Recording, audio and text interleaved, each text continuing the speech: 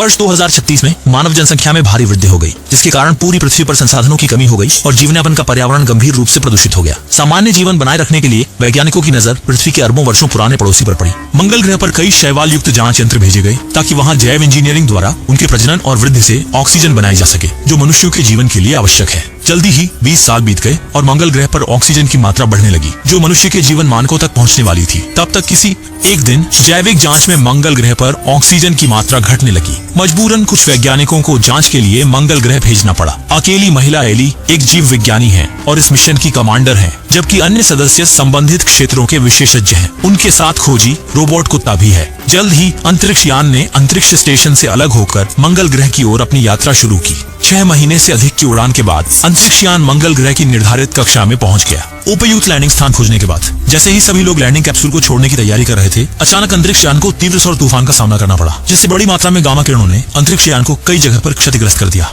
इस समय शांत पोली ने सभी को शीघ्रता से लैंडिंग कैप्सूल में प्रवेश करने को कहा और खुद उनकी मदद करने के लिए हाथ से नियंत्रण करने में लगे रहे। लेकिन जल्द ही पता चला कि लैंडिंग कैप्सूल का नेविगेशन सिस्टम भी क्षतिग्रस्त हो गया है, इसलिए उन्होंने अस्थायी रूप से उसे मैनुअल नियंत्रण में स्विच किया। मशीनरी कुत्ते वाले लैंडिंग पैड को फेंक दिया और शॉक अब्जॉर्बिंग एयरबैग खोल दिए। कैप्सूल एक खड़ी चट्टान के किनारे पर बलपूर्वक जाकर टकराया और ढलान पर लुढ़क गया। कई बार उछलने के बाद अंततः रुक गए। भाग्य से बचे सभी लोग मंगल की धरती पर खड़े हो गए, पर अब उन्हें वास्तविकता का सामना करना पड़ा। इस समय न केवल उड़ान यान से उनका संपर्क टूट चुका था, बल्कि वे अनुमानित लैंडिंग स्थल से भी काफी दूर थे। उन्होंने अपने साथ लाया हुआ नक्शा निकाला।